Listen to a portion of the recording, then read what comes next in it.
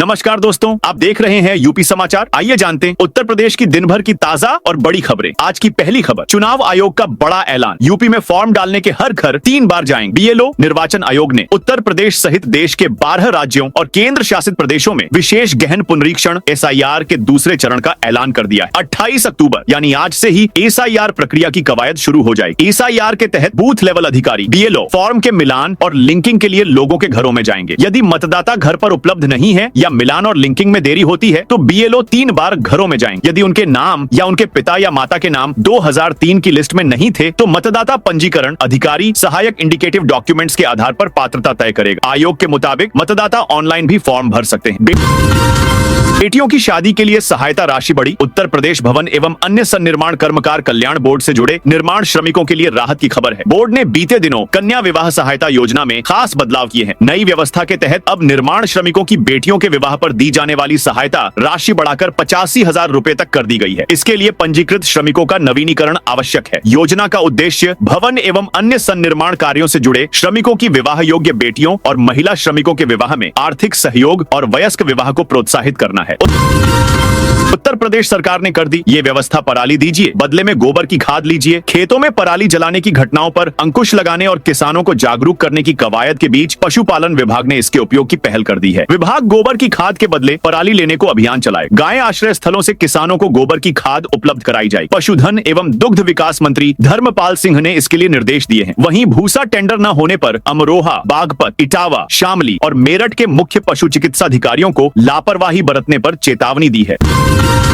मुरादाबाद के चौराहों पर लगाई बदमाशों के फोटो वाली होर्डिंग। उत्तर प्रदेश के मुरादाबाद के प्रमुख चौराहों पर सोमवार सुबह करीब 11 बजे लूट और छिनैती करने वाले बदमाशों के फोटो वाली होर्डिंग लगाए गए, जिसे देख लोग इस कदम को अच्छी पहल बताने लगे। हालांकि कुछ देर बाद ही उन्हें होर्डिंग को उतरवा दिया गया। होर्डिंग पर उसे लगवाने वाले किसी भी व्यक्ति का संस्था का नाम नहीं था। ये होर्डिंग किसने और क्यों लगवाए यह बताने को कोई तैयार नहीं है। उधर चर्चा है कि पुलिस ने होर्डिंग लगवाए थे लेकिन बाद में उतरवा दिए। मोदी की काशी में नई नियमावली लागू। प्रधानमंत्री नरेंद्र मोदी ने देश भर में स्वच्छता अभियान की शुरुआत अपने संसदीय क्षेत्र वाराणसी के 80 घाट से शुरू किया था। इस अभियान को लगातार आगे भी बढ़ाया गया। नई स्वच्छता नियमावली के तहत नगर निगम ने 33 बिंदुओं में जुर्माने का प्रावधान किया है। अब वाहन से चलते वक्त कूड़ा फेंकने या थूकने पर 1000 जुर्माना लिया जाएगा। पालतू जानवरों जैसे डॉगी को सार्वजनिक स्थान पर पॉटी कराने पर 500 रूपए जुर्माना वसूला जाए। किसी भी खुले मैदान, उद्यान या खाली जमीन पर गंदगी फैलाने पर 500 रूपए जुर्माना देना होगा। नदियों, सीवर या जलमार्ग में पूजा सामग्री फेंकने या गंदगी पर 750 रूपए जुर्माना तय किया गया है।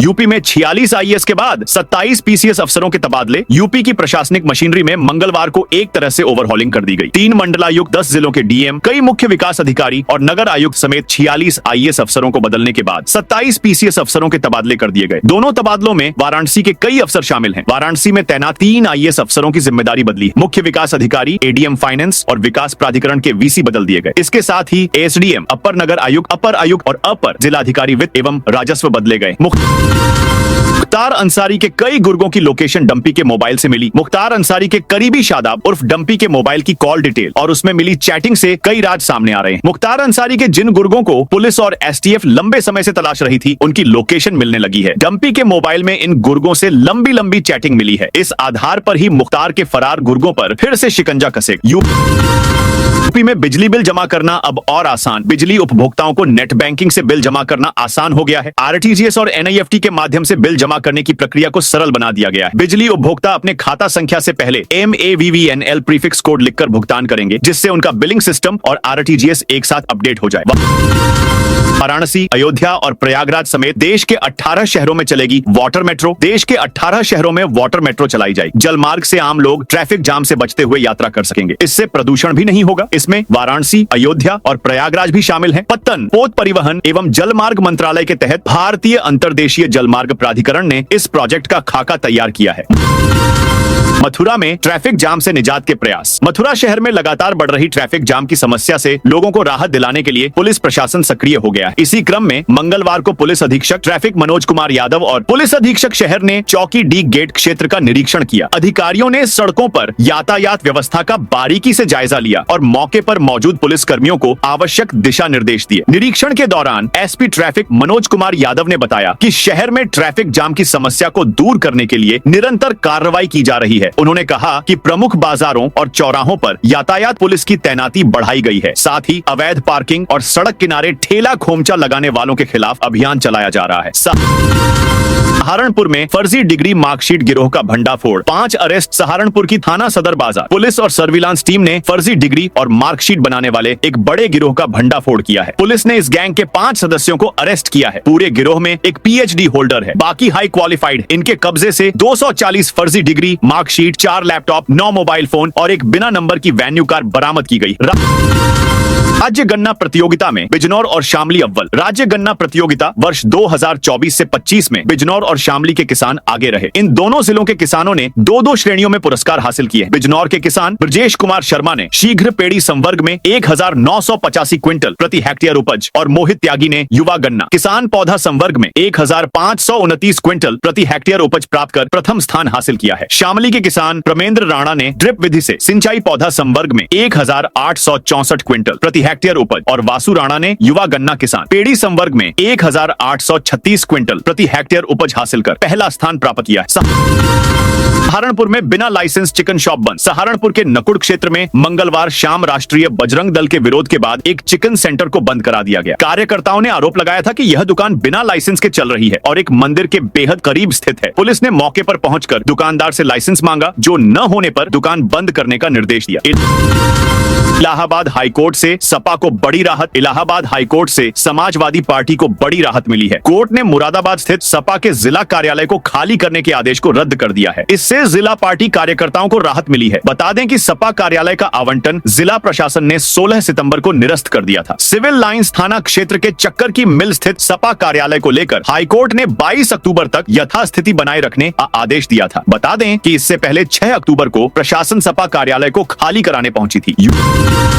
यूपी में नगर सीमा में आने वाले परिषदीय स्कूलों के शिक्षकों का बदलेगा संवर्ग। उत्तर प्रदेश में नगर विकास विभाग के तहत नगरीय सीमा में आने वाले ग्रामीण क्षेत्रों के परिषदीय विद्यालयों के शिक्षकों का संवर्ग बदला जाएगा। बेसिक शिक्षा निदेशक ने इस संबंध में BSA को निर्देश जारी किए। 46 जिलों के 1812 विद्यालय अब नगरीय क्षेत्र में हैं, जहां शिक्षकों को सहमति पत्र देना होगा। नगरीय क्षेत्र में समायोजित होने पर उनकी वरिष्ठता सूची में स्थान नीचे रहेगा।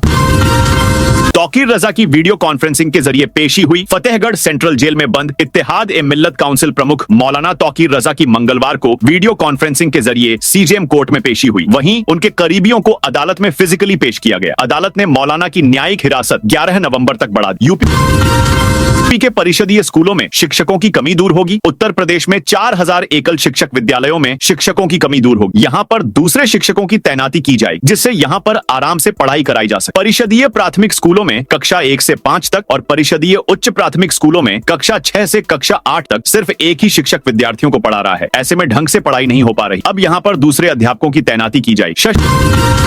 60 साल बाद उत्तर प्रदेश में राष्ट्रीय जम्बूरी। मुख्यमंत्री योगी आदित्यनाथ ने कहा कि भारत स्काउट्स एंड गाइड्स का 19वां राष्ट्रीय जम्बूरी युवा शक्ति, अनुशासन, राष्ट्र सेवा और आत्मनिर्भर भारत के संकल्प का महापर्व होगा। 61 वर्षों बाद प्रदेश को इस राष्ट्रीय आयोजन की मेजबानी मिली है, जो राज्य के लिए गौरव की बात। अधिकारियों को निर्देश दिए कि यह आयोजन प्रदेश की दक्षता, व्यवस्था, सुरक्षा और आतिथ्य क्षमता का परिचायक बने। इसमें महाकुंभ जैसी तैयारी की जाए। सुरक्षा, स्वच्छता, स्वास्थ्य, यातायात, आवास, खान पान और सांस्कृतिक कार्यक्रमों की सभी व्यवस्थाएं समन्वित रूप से की जाए। काशी में धीरेन्द्र शास्त्री को सुनकर हॉल छोड़ गए लोग। बागेश्वर धाम पीठाधीश्वर धीरेन्द्र शास्त्री वाराणसी पहुंचे। वह यहां रुद्राक्ष कन्वेंशन सेंटर में बोल रहे थे। उन्हें सुनने के लिए हाल में करीब 2500 लोग पहुंचे। करीब 15 मिनट तक बाबा बागेश्वर बोले। जैसे ही उनका भाषण खत्म हुआ, करीब 2000 लोग उठकर हॉल से चले, जबकि deputy CM SP Singh Baghel और राज्यपाल लक्ष्मण आचार्य का भाषण होना बाकी था। कार्यक्रम आयोजकों ने लोगों को रोकने को बोला, मगर कोई नहीं रुका। दरअसल बागेश्वर धाम पीठाधीश्वर धीरेन्द्र शास्त्री हिंदी साहित्य के महाकथाकार पद्मश्री पंडित मनु शर्मा पर आधारित पुस्तक अग्निरथ का सारथी का विमोचन करने पहुंचे थे। 3D मैपिंग तकनीक से बसाया जाएगा संगम नगरी में माघ मेला 2026 को बसाने के लिए इस बार 3D मैपिंग और ड्रोन का उपयोग किया जाएगा। इस तकनीक से मेला क्षेत्र को 7 सेक्टरों में बांटा जाएगा। जमीन की मैपिंग करके बसावट की योजना बनाई जाएगी, जो पिछले तरीकों की तुलना में ज्यादा तेज और सटीक होगी। 3 जनवरी 2026 से शुरू होने वाले माघ मेला की तैयारियां अब तेजी पकड़ने लगी हैं।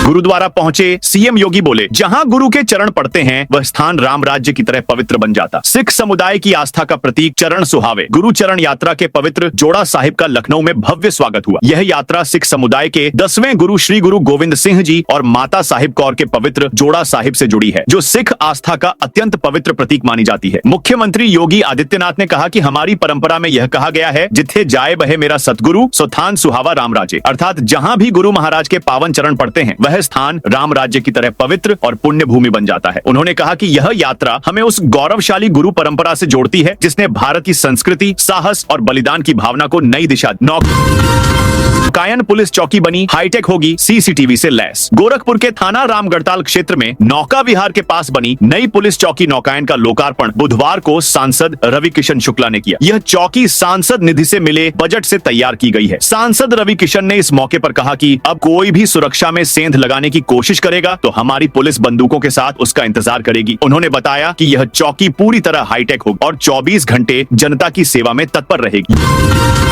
यूपी में एसआईआर के काम में लगेंगे 1.62 लाख बीएलओ। उत्तर प्रदेश में मतदाता सूची के विशेष गहन पुनरीक्षण के कार्य के लिए 1.62 lakh BLO booth level officer की ड्यूटी लगाई गई है। भारत निर्वाचन आयोग की ओर से एसआईआर की समय सारणी जारी किए जाने के बाद यूपी में काम तेज कर दिया गया है। यहाँ मुख्य निर्वाचन अधिकारी कार्यालय ने पहले से ही पूरी तैयारी कर ली है। अब जिलों को जरूरी निर्देश भेजे जा रहे हैं।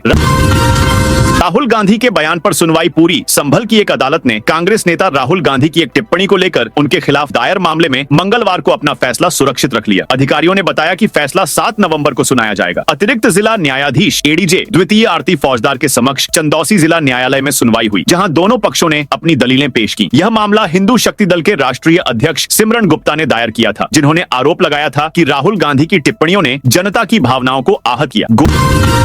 गोरखपुर स्टेशन की नई डिजाइन तैयार। गोरखपुर जंक्शन के रेनोवेशन की योजना में अब बड़ा बदलाव किया जा रहा है। रेलवे प्रशासन ने मौजूदा डिजाइन में संशोधन की तैयारी शुरू कर दी है। नई रूपरेखा के तहत यात्रियों को अब प्लेटफॉर्म तक पहुंचने के लिए रूफटॉप पर नहीं जाना होगा, बल्कि वे सीधे प्लेटफॉर्म पर पहुंच सकेंगे। इस बदलाव से यात्रियों को चढ़ाई और भीड़भाड़ से राहत मिले। छोटे बाजारों में गंदगी फैलाने वाले दुकानदारों पर होगी कार्रवाई। गोंडा में जिलाधिकारी प्रियंका निरंजन की अध्यक्षता में जिला पर्यावरणीय और जिला गंगा समिति की बैठक हुई है। बैठक के दौरान जिला अधिकारी प्रियंका निरंजन द्वारा बड़ा एक्शन लिया गया है। डीएम ने छोटे बाजारों में गंदगी फैलाने वाले दुकानदारों पर कार्रवाई के निर्देश दिए हैं। साथ ही शहर में पॉलीथीन की आपूर्ति होने की शिकायत मिलने पर अधिकारियों को जमकर फटकार भी लगाई है। पॉलीथीन प्रतिबंधित होने के बावजूद पॉलीथीन सप्लाई करने वाले दुकानदारों को चिन्हित कर उन पर सख्त कार्रवाई करने को लेकर निर्देश दिए हैं। कहा कि गोंडा में किसी भी कीमत पर पॉलीथीन की सप्लाई नहीं होनी चाहिए। यदि कहीं पॉलीथीन बिकती पाई गई तो संबंधित अधिकारियों की जिम्मेदारी तय कर कार्रवाई की जाएगी। टीटी अनिवार्यता पर शिक्षकों में आक्रोश। देश भर के शिक्षकों में टीटी की अनिवार्यता को लेकर गहरा आक्रोश है। सुप्रीम कोर्ट के एक निर्णय के बाद यह आदेश अब सेवारत शिक्षकों की सेवा सुरक्षा और सम्मान पर सीधा प्रश्न चिन्ह खड़ा कर रहा है। इसी विरोध के चलते अखिल भारतीय शिक्षक संघर्ष मोर्चा ने 24 नवंबर 2025 को जंतर मंतर नई दिल्ली में एक विशाल धरना प्रदर्शन का आह्वान किया है। मऊ में 30 अक्टूबर को रोजगार मेला। मऊ जिले में बेरोजगार युवाओं के लिए एक अच्छी खबर है। आगामी 30 अक्टूबर को शहादतपुरा स्थित जिला सेवायोजन कार्यालय परिसर में एक दिवसीय रोजगार मेले का आयोजन किया जाए। इस मेले में कई बड़ी कंपनियां विभिन्न पदों पर अभ्यर्थियों का साक्षात्कार के माध्यम से चयन करेंगी। यह जानकारी जिला सेवायोजन अधिकारी अरविंद कुमार पांडे ने दी है। मेरठ महापौर बोले नहीं होने देंगे और दुकानों का ध्वस्तीकरण। मेरठ के सेंट्रल मार्केट में 22 दुकानों के ध्वस्तीकरण के बाद मेरठ महापौर ने उन सभी व्यापारियों को नगर निगम द्वारा तैयार किए जा रहे कॉम्प्लेक्स में दुकान के लिए प्राथमिकता की घोषणा की है। इसके साथ ही अन्य जिन प्रतिष्ठानों को नोटिस दिए गए हैं उन पर भी उन्होंने कहा कि इसमें भी वह कोई बीच का रास्ता निकालेंगे और व्यापारियों के प्रतिष्ठानों को बचाएंगे। प्रयागराज परेड में रोपवे ऑफिस बनाने पर सेना की आपत्ति। प्रयागराज के संगम क्षेत्र में प्रस्तावित रोपवे परियोजना के निर्माण कार्य पर नया विवाद खड़ा हो गया है। National highway logistics management limited द्वारा बनाए जा रहे इस रोपवे के लिए परेड ग्राउंड क्षेत्र में अस्थायी कार्यालय और गोदाम बनाने की मांग को सेना ने खारिज कर दिया है। पीडीए अधिकारियों के अनुसार सेना का स्पष्ट कहना है कि रोपवे निर्माण के लिए जिस भूमि का उपयोग स्वीकृत किया गया है कार्य उसी सीमा तक सीमित रहना चाहिए। अतिरिक्त भूमि पर कोई भी निर्माण सेना की अनुमति के बिना नहीं किया जा सकता। भूपेंद्र चौधरी बोले, एसआईआर पर भ्रम फैला रहे राहुल तेजस्वी देश की लोकतांत्रिक व्यवस्था को और मजबूत करेगा। एसआईआर से मतदाता सूची अधिक पारदर्शी और सटीक बनेगी, जिससे हर नागरिक का वोट सही जगह दर्ज रहेगा। लेकिन विपक्ष इसे लेकर भ्रम फैलाने और राजनीति करने में जुटा है। जब बिहार में ड्राफ्ट प्रकाशित हुआ तब राहुल गांधी और तेजस्वी यादव चुप हो गए। उन्हें मानो सांप सूंघ गया। हमारा मानना है कि यह एक सामान्य और जरूरी प्रक्रिया है जो लोकतंत्र को और मजबूत बनाए। यह कहना है भाजपा के प्रदेश अध्यक्ष भूपेंद्र सिंह चौधरी का। कृत्रिम बारिश के लिए कानपुर से उड़ा विमान। दिल्ली में क्लाउड सीडिंग का पहला ट्रायल किया गया। इसके लिए मंगलवार को कानपुर से स्पेशल विमान सेसना ने उड़ान भरी थी। दिल्ली के पर्यावरण मंत्री मनजिंदर सिंह सिरसा ने बताया, आज क्लाउड सीडिंग का ट्रायल किया है। आईआईटी कानपुर से सेसना प्लेन ने उड़ान भरी थी। प्लेन मेरठ की ओर से आया और खेकड़ा, बुराड़ी, मयूर विहार, नॉर्थ करोल बाग में क्लाउड सीडिंग की गई। इसमें 8 फ्लेयर्स का प्रयोग किया गया है। झांसी में 69 लाख रुपए जमीन में गाड़ दिए मम्मी पापा और सभी घर वाले मुझसे परेशान थे। वे बात तक नहीं करते थे। मैंने दोस्त की हेल्प से मई 2025 को सीएमएस इन्फो लिमिटेड कंपनी में जॉब पाली। मेरा काम रेलवे का पैसा बैंक में जमा करने का था। नौकरी तो मिली मगर मेरी आदतों में सुधार नहीं आया, इसलिए घर वालों ने प्रॉपर्टी से बेदखल कर दी। मेरे ऊपर कर्ज था और मुझे अय्याशी का भी शौक था। तब मैं रेलवे के 69,78,000 रुपए लेकर भाग गया। साजिश में मेरे मामा भी शामिल थे। उन्हीं के गोदाम में जमीन खोदकर रकम दबाई थी। वहां से घूमने के लिए नोएडा चला गया। अब बची रकम सुरक्षित स्थान पर पहुंचाने आया तो पकड़ा गया। ये कबूलनामा आरोपी अंशुल साहू का है, जो 13 अक्टूबर को रेलवे के 69.78 लाख लेकर भाग गया। लखनऊ में किसान यूनियन का प्रदर्शन। लखनऊ में भारतीय किसान यूनियन का चिन्हट स्थित कार्यालय पर 126 दिनों से लगातार प्रदर्शन जारी है। किसानों ने जिला प्रशासन और एलडीए के खिलाफ जमकर नारे लगाए। प्रदर्शनकारियों ने कहा, मुआवजे के नाम पर 40 वर्षों से गुमराह किया जा रहा है। किसान नेता अशोक यादव ने कहा, अन्नदाता का कोई सम्मान नहीं है। 40 वर्ष पूर्व 1984 में हमारी जमीन लखनऊ विकास प्राधिकरण ने अधिकृत कर ली। उस समय 84 पैसे के हिसाब से मुआवजा तय हुआ। लखनऊ में बैंक मैनेजर को ई चालान भेजकर 13 लाख ठगे। लखनऊ के पारा थाना क्षेत्र में साइबर जालसाजों ने आरटीओ चालान का मैसेज भेजकर 13 लाख की ठगी कर। पीड़ित का कहना है, जालसाजों ने एक लिंक भेजा। लिंक पर क्लिक करते ही 3 खातों से रुपए निकल गए। पीड़ित की शिकायत पर पुलिस मुकदमा दर्ज करके जांच कर रही है। चंद्रोदय नगर राजाजीपुरम धर्मेंद्र कुमार निजी बैंक में मैनेजर के पद पर तैनात हैं। उन्होंने बताया कि 25 अक्टूबर को उनके पास आरटीओ से चालान का मैसेज आया। मैसेज में आई लिंक पर क्लिक करते ही एक खाते से 1,50,000 रुपए कट गए। कुछ ही मिनट बाद दूसरे खाते से 5 लाख कटने का मैसेज आया।